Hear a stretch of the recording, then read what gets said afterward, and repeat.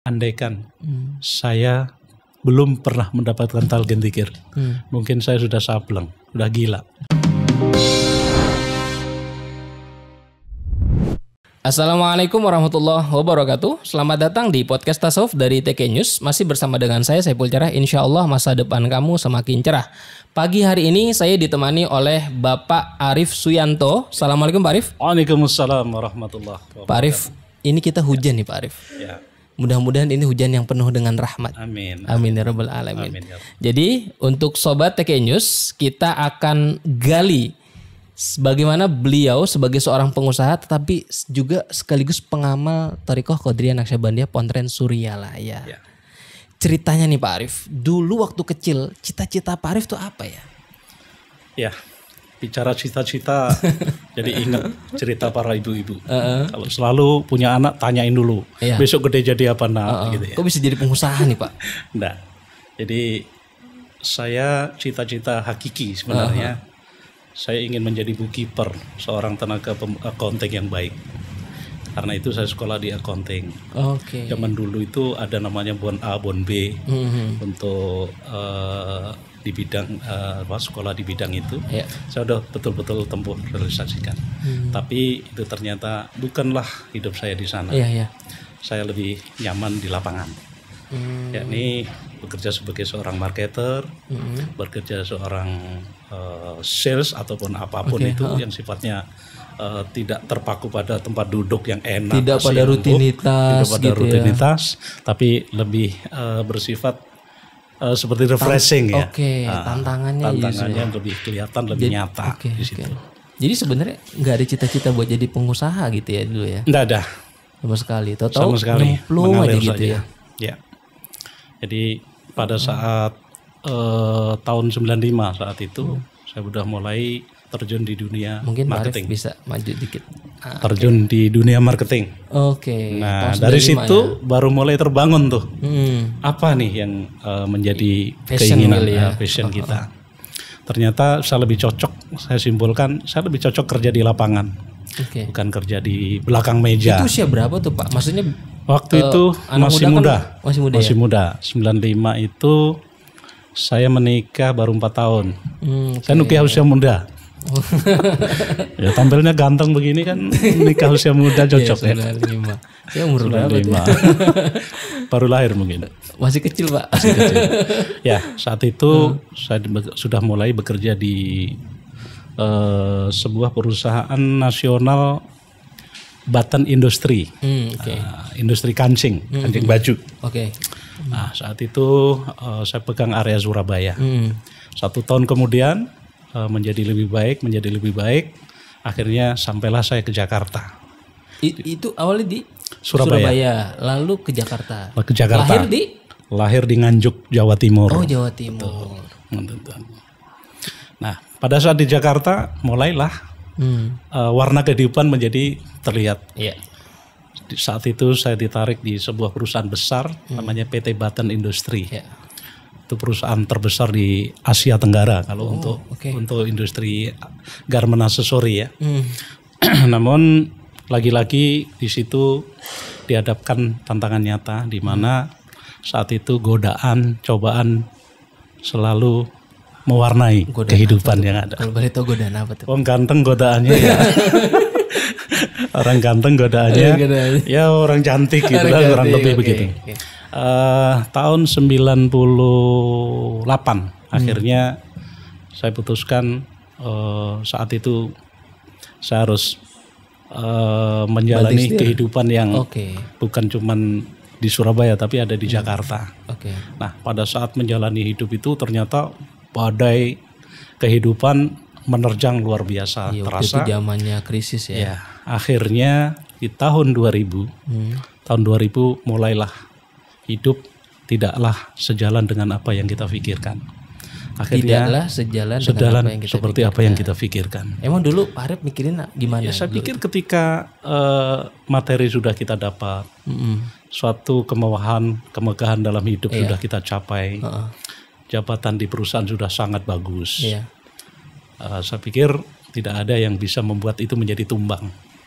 Nah, dunia udah dapet lagi setelah gitu dapat akhirnya Ya mungkin Allah menghendaki.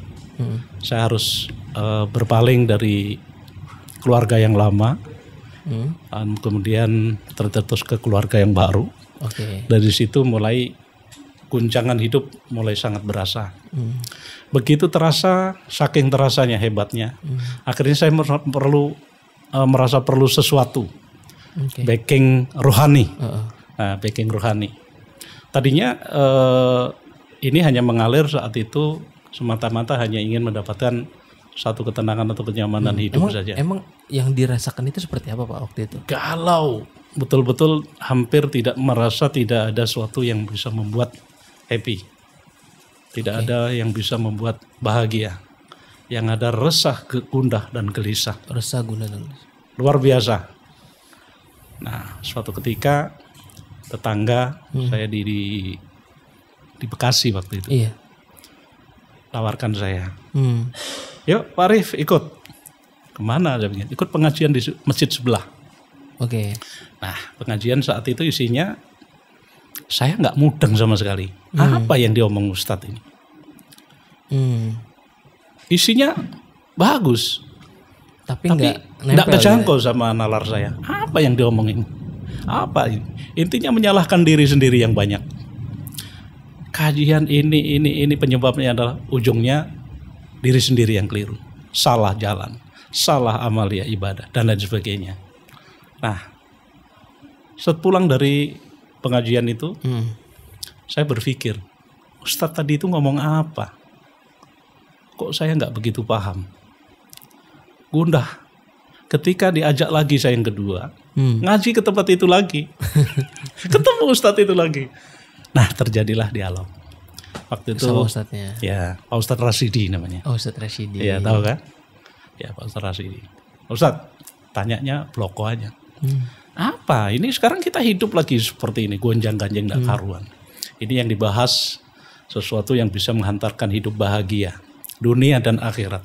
Namun dalam praktek sepertinya kok jauh dari apa yang disampaikan tadi. Gimana sebenarnya? Nggak sinkron gitu ya? Nggak sinkron, betul. Nggak sinkron. Saya merasa ketika orang mau menuju suatu tempat misalnya di sebelah utara.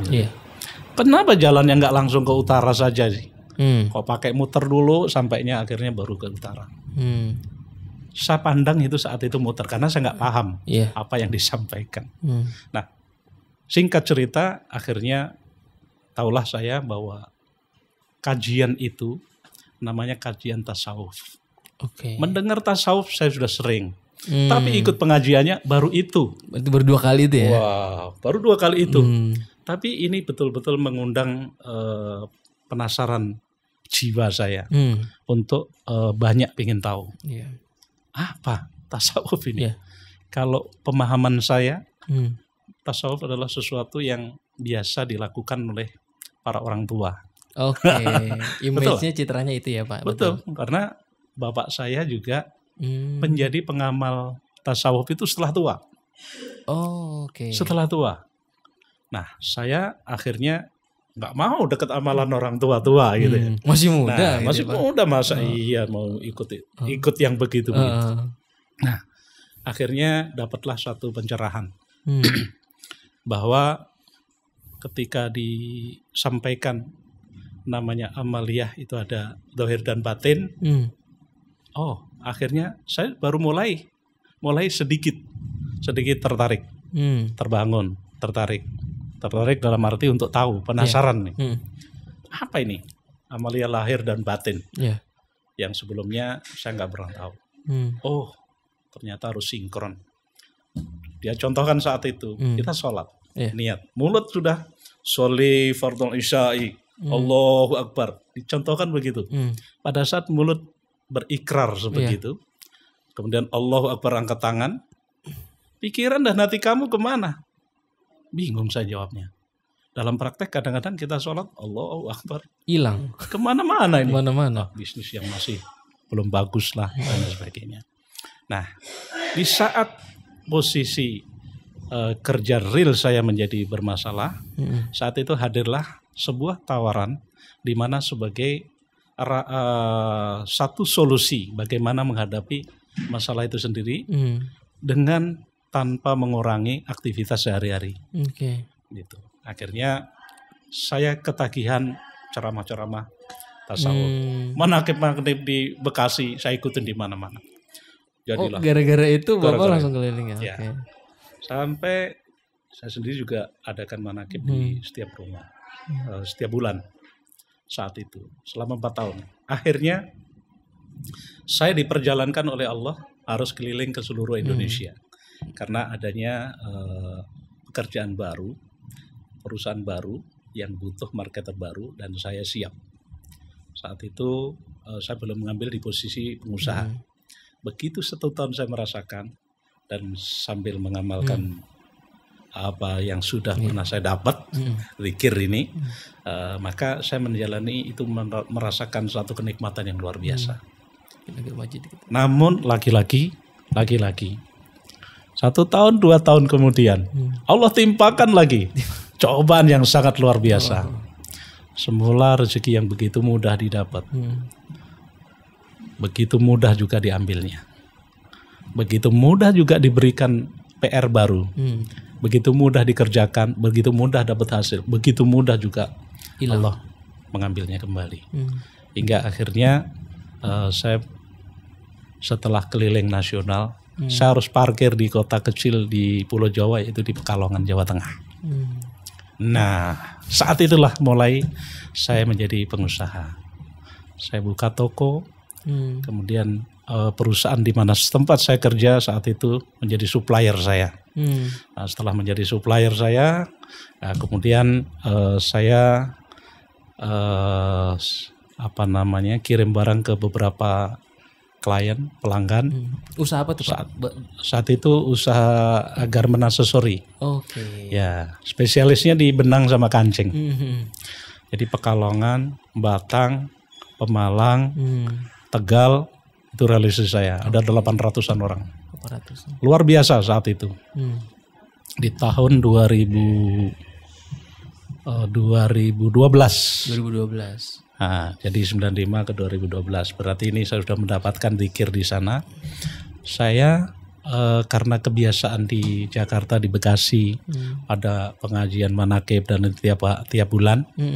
Saya dapati di Pekalongan belum ada. Tahun itu. Saya tanya wakil talqin saat itu, Pak Yai Jahri Anwar. Pak Yai, saya kangen manaqib. Yuk kita manaqib. Di mana? Dijawab pakai bahasa Jawa, santun sekali beliau. Tengriki tereng wonten Pak Arif. Loh, kenapa? Ikhwannya kan banyak, saya bilang. Kalah kalian gini Pak Habib Lutfi. Kalah dengan punya Habib Lutfi. Maksudnya begitu. Tapi kan ngajinya, manaqibnya beda Pak. Saya bilang. Iya sih.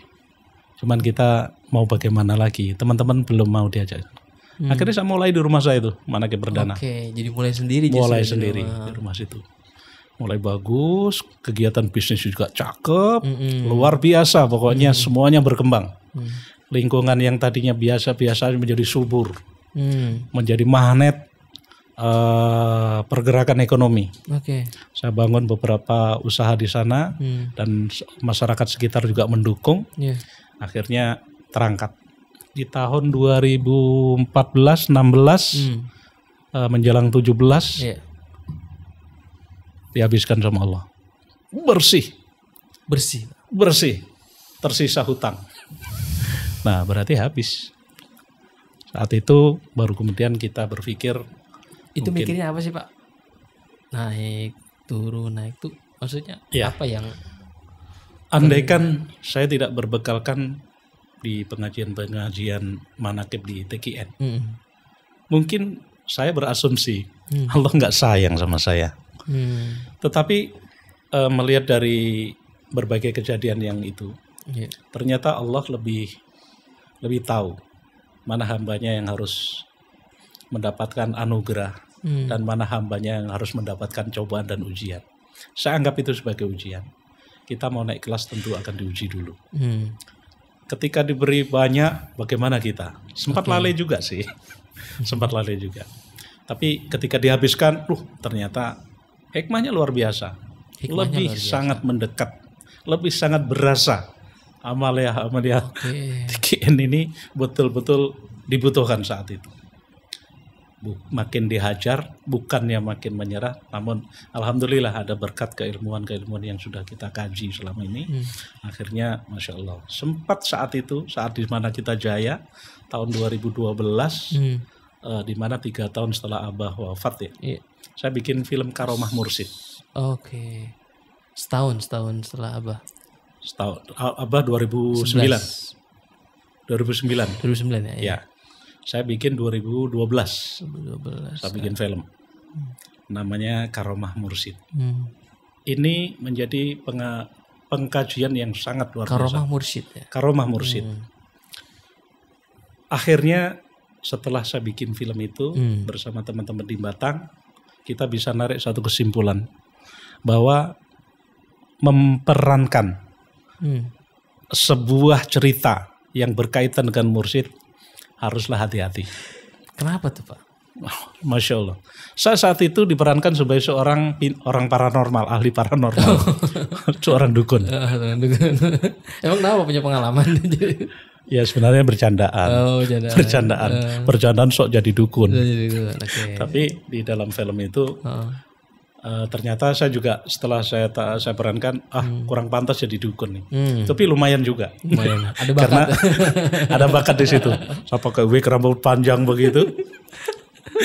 Ya. Tapi di balik itu saya mau sampaikan ke teman-teman bahwa untuk menciptakan sebuah film seperti film dakwah seperti itu yang terkait dengan erat hubungannya dengan guru mursyid, hendaknya sangat hati-hati. Karena kalau kita memerankan sebuah peran yang mana peran itu belum pernah kita jalanin dan itu merupakan satu nasihat bagi orang lain, maka jangan kaget ketika suatu saat Allah ciptakan suatu kondisi seperti apa yang diperankan. Contoh. Saya ini kan bukan orang dukun. Saya memerankan jadi orang pinter di situ.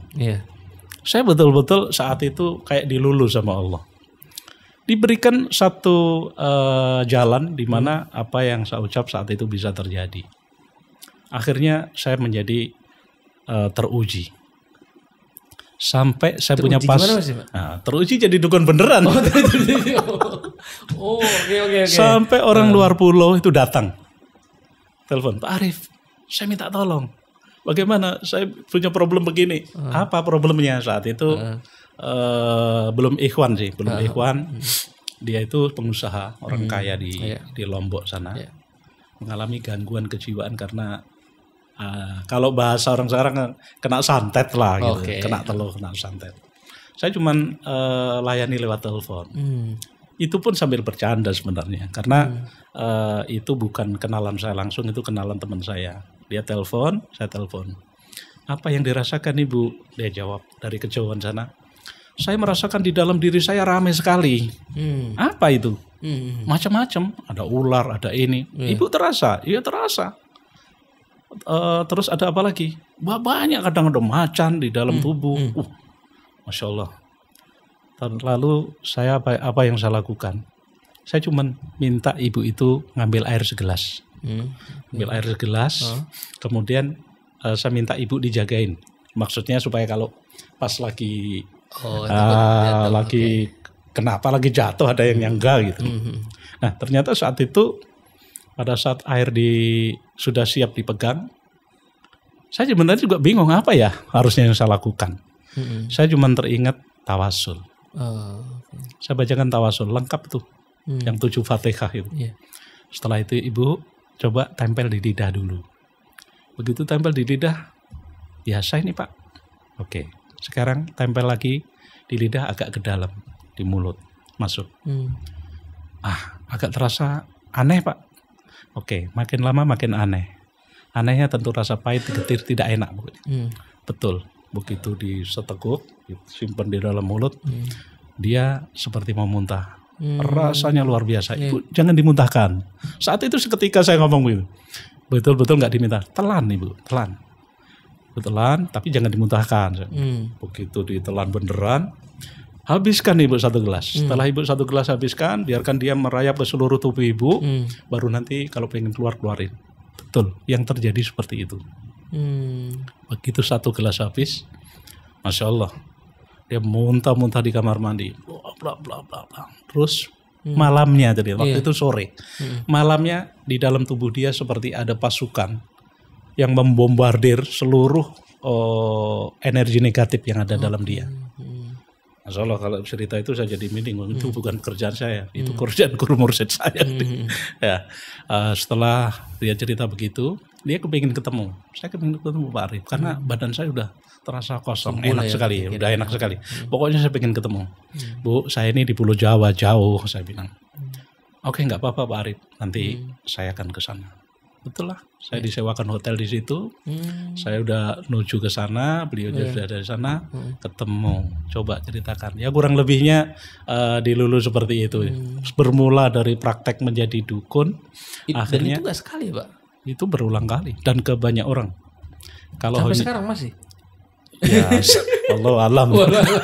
Kalau orang itu maksudnya judulnya berarti Karomah Mursyid. Karomah Mursyid. Dan itu yang memerankan yang lain jadi juga? Dukun, ya. Yang lain juga diperankan seperti yang lain lagi. Contoh misalnya istri saya. Istri saya pinjamkan jadi istrinya Jamal waktu itu. Oke. Jamal itu pemeran utama. Saat itu dalam cerita itu Jamal marah-marah, kemudian istri saya harus pergi meninggalkan rumah, berkemas meninggalkan rumah. Kenyataan terjadi persis seperti apa yang di situ, dan hampir pergi dari saya. Nah itu off the record. Lama sekali saya mengambilnya, dan alhamdulillah sekarang sudah kembali. Dan itu kapan, Mbak? Kapan disadari kalau film itu harus hati-hati tuh? Saya menyadari setelah 3 tahun. Setelah 3 tahun. Setelah 3 tahun. Oh, ternyata ini. Jadi saya dalam ujian selama 3 tahun, dalam 3 tahun dilulu sama Allah. Kalau bahasa dilulu ya apa? Bahasa Inggris, bahasa Indonesia. Apa ya dilulu itu? Dilulu itu ya apa aja dituruti lah sama Allah gitu. Apapun diturutin. Manjur lah ini. Nah, manjur gitu. Saya juga lakukan sesuatu yang sifatnya ke lain orang untuk ikuti kehendak segala macam, mereka ngikutin aja. Apa itu namanya? Saya kurang paham itu. Tapi setelah itu saya sadari bahwa itu, oh ini ternyata jebakan. Saya ternyata jebakan. Ya, jebakan. Itu juga setelah 3 tahun sadar. Setelah 3 tahun. Baru kemudian kita sadar kembali, saya dan istri balik ke Suryalaya. Akhirnya barulah kondisi itu selesai. Nah, menyisakan satu pertanyaan. Apakah masih bisa bekas-bekas kedukunannya gitu ya? Iya, betul, Pak. Insya Allah sepanjang nilainya untuk kepositifan ya masih tidak hilang, bahkan dibungkus dengan rapi. Artinya bagi anak-anak saya ini juga praktisi brain stimulation. Apa itu Pak? Jadi anak umur 5 sampai 12 tahun yang masih bersih, itu mudah dipola di otaknya, dibangun kecerdasan otak kiri, otak kanan, ataupun brain wave-nya atau gelombang otaknya. Itu pelajari otodidak atau memang otodidak sama ya mungkin tadi ada sedikit karomah guru tadi. Ya, ketika anak 1 jam kita tanganin, daya ingatnya melompat luar biasa. Yang tadinya misalnya orang hafalan Quran nih ya, hafalan Quran, setoran 1 hari misalnya tadinya cuma 2 ayat, itu bisa baca 6 ayat dan seterusnya. Artinya sangat bermanfaat untuk kecerdasan anak. Dan saat itu amalia yang saya pakai adalah perpaduan antara brainwave dari Jepang sama tawasul. Jadi tawasul ini jadi tawasul itu digunakan sebagai ini ya, buat meningkatkan kecerdasan. Saat kita mengajarkan anak-anak untuk kecerdasan. Jadi sebelum praktek itu kita tawasul, maksudnya seperti itu? Dalam praktek. Mereka anaknya diajak tawasul? Ya, jadi metodenya adalah anak ini dibuat ke arah fana dulu. Fana itu dimulai dari gelombang alfa, beta, alfa, kemudian theta dan delta. Ya, pada posisi gelombang-gelombang itu di sini saya sampaikan tawasul, saya baca tawasul. Jadi menurut penglihatan anak-anak, Masya Allah itu luar biasa. Pada saat saya baca, kata anak-anak, wih ini rame ya, jadi banyak orang di sini. Pakaiannya putih-putih gitu. Pakaian putih-putih. Saya juga, Masya Allah, ya Allah, Alhamdulillah ini karomah pangersa Abah. Pakaiannya putih-putih dan itu ikut menyaksikan semua. Dan akhirnya apa yang kita niatkan, kita maksudkan anak-anak menjadi cerdas. Ya diantaranya mereka bisa menghafal yang tadinya dalam waktu 10 menit hanya bisa hafal misalnya di 10 level hafalan dari 30 soal yang saya beri. Itu dalam 3 menit saja 30 soal itu bisa tersebutkan semua. Asmaul Husna mereka bisa menghafal hanya dengan waktu 20 menit, 30 menit. Hafal bukan dari atas ke bawah, dibolak-balik dan sebagainya. Jadi itu baru tawasulnya aja mendekatkan anak kepada para aulia itu udah bisa meningkatkan kecerdasan ya. Nah, apalagi sampai belajar mengkaji. Masya Allah. Kalau saya sebut ke para orang tua, anak-anak ini adalah anak-anak calon wali Allah. Kenapa? Ketika mereka dewasa nanti kelak diketemukan dengan guru mursyid, insya Allah menjadi anak-anak soleh yang luar biasa, soleh-solehah yang luar biasa. Di mana di dalam setiap latifah kalau kita belajar ini akan mudah mereka dapati dan mereka hidupkan. Itu real. Mereka sudah ada modalnya itu ya Pak? Ada modal itu. Nah setelah itu di tahun 2018 hancurlah semua bidang usaha saya. Nol kembali semua. Nol kembali. Bahkan di bawah nol. Artinya menyisakan hutang, minus. Menyisakan hutang. Namun demikian kembali kami mencoba meningkatkan radar kalau bahasanya jangan jejen. Meningkatkan radar ya. Meningkatkan radar. Oh ya. Ternyata di saat kita sukses ada sedikit kekurangan kewajiban kita kepada guru, amalia kita pun juga mulai berkurang, maka Allah akan kurangi lagi segala fasilitas yang Allah berikan. Ini menjadi sedih ketika melihat itu. Nah, seperti halnya 1 tahun yang lalu, di September yang lalu, saya bikin sebuah bisnis online, e-commerce namanya. E-commerce itu dalam 5 bulan Allah berikan sudah 11.000 sekian pelanggan yang mau jualan di e-commerce saya. Dan ada hasil di saat itu omset tidak kurang dari 36 miliar. 36 miliar. Luar biasa. Namun lagi-lagi Allah hentikan dengan cara yang kebetulan bareng dengan zaman sekarang, zaman Covid ini. Allah hentikan semua dan akhirnya menyisakan hutang perusahaan yang begitu besar. Namun demikian lagi-lagi dipaksa harus introspeksi. Ternyata apa ya yang bikin apa ya? Yang bikin kuat tuh apa yang? Andaikan saya sampai ngomong sama keluarga saya, andaikan saya belum pernah mendapatkan talqin dzikir, mungkin saya sudah sableng, sudah gila. Apa yang menjadi kuat? Kita menyadari sepenuhnya bahwa kita ini hanya sebuah wayang yang siap dilakonkan oleh dalang. Dalang hidup dan kehidupan manusia ini hanya Allah. Namanya wayang. Kalau digunakan tampil, nggak digunakan masuk kotak, itu udah biasa. Maka dalam sekarang, alhamdulillah sampai di sekarang ini kita hadir di sini, itu pun juga dalam rangka digerakkan oleh Allah melalui sebuah program yang saya yakini ini juga kemauan dalang juga, yaitu namanya RKS System. Saya bikin namanya sistem fundraising.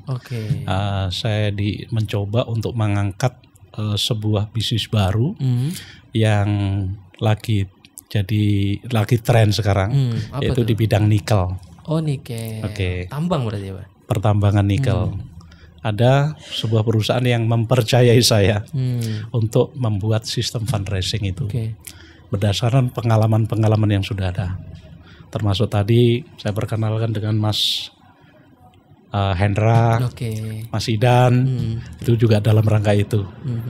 Kita kenalkan sebuah tren bisnis baru yang notabene bisnis itu saat itu hanya bisa dijangkau oleh kalangan ke atas, menengah ke atas. karena butuh ratusan miliar pastinya untuk bisa main di pertambangan. Tetapi hanya dengan 5 miliar sudah bisa memulai untuk memanage bisnis pertambangan.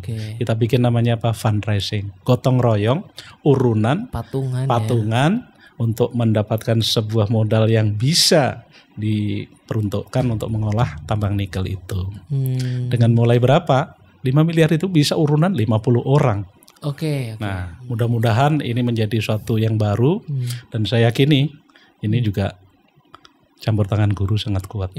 Karena pada saat seperti ini sebelumnya saya bikin itu tidak kurang tiap hari juga sambil puasa waktu membuat sistem itu. Ya mudah-mudahan Allah juga yang menggerakkan saya sampai hari ini bisa ke sini dan saya nggak nyangka sampai di sini harus bicara dengan Mas Saeb ya. Dimana bicara begini ini pertama seumur hidup. Boleh dibilang kegrogiannya kan kelihatan. Ya mudah-mudahan nggak kapok nih Pak. Ya, mudah-mudahan apa yang takdirkan oleh kita semua sampai bisa duduk di sini hari ini bisa membuat teman-teman semua menjadi pembelajaran bahwa menghadapi hidup dan kehidupan yang serba tidak tertutup kemungkinan dan banyak kegagalan jangan putus asa. Jadi itu Pak kata kuncinya. Betul. Jangan putus asa. Ya, jangan putus asa. Terima kasih Pak Arif. Sama-sama. Atas inspirasi dan ceritanya. Ya, sama-sama. Oke. Sahabat TK News, demikian obrolan bersama Pak Arif Suyanto, mudah-mudahan menambah pencerahan untuk kita semuanya semakin mendekatkan diri kepada Allah. Terima kasih, sampai jumpa di Sabtu selanjutnya di podcast Tasawuf dari TK News. Assalamualaikum warahmatullahi wabarakatuh. Waalaikumsalam warahmatullahi wabarakatuh.